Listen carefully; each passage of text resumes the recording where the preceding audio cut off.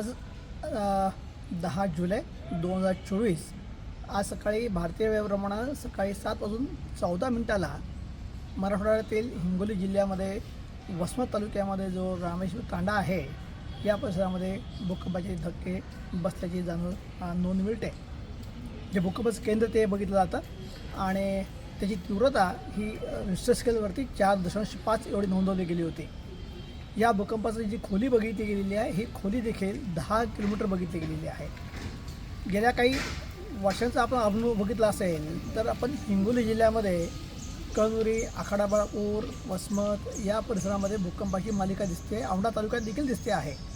आत्तापर्यंत साधारणतः 27 फेब्रुवारी 2020 पासूनचं वातावरण बघितलं असतं तर साधारणतः 25 धक्के त्या ठिकाणी बसलेले आहेत. यातील कमीत कमी धक्का जो आहे हा 1.5 रिश्टर स्केलचा, तर आजचा आणि 21 मार्च रोजी बसलेला धक्का जो आहे हा 4.5 रिश्टर स्केलचा बघितला गेलेला आहे. यामध्ये जी वाढ होताना दिसते आहे ही नक्कीच चिंताजनक आहे.